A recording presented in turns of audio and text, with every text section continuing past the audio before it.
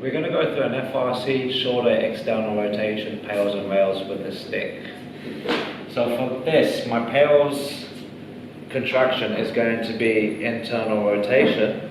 So I'm going to think about driving my fist down into the stick to force internal rotation of the shoulder. My elbow is always going to stay in a fixed position, so I don't want it to be moving up as I force internal rotation.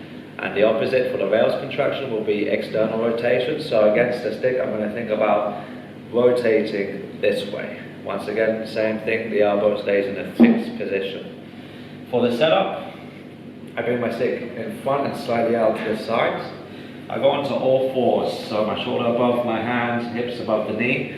And I want to set up with roughly a 90-degree angle at my elbow joint and to have this elbow in line with the shoulder, and also torso squared with the floor. So here, if I'm not getting an external rotation stretch, I can play with walking my hands up the stick a little bit as I drive my chest towards the ground, making sure this elbow is still aligned with the shoulder. So once you've found that stretch, hold for around 2 minutes. Then my PAILS contraction will be to start to drive into the stick. So I start to squeeze the stick and I'm forcing internal rotation of the shoulder.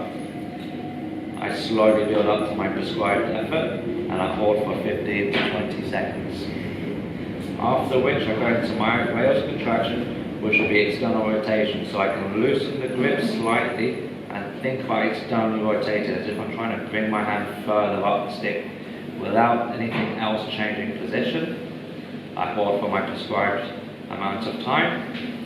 And then I re-grip the stick, and I can sink down slightly more with my chest to find that mild passive stretch for external rotation, or I can also adjust by walking the hand further up the stick. Once you've found that new line of tension, hold for 15 to 30 seconds before going into your second round.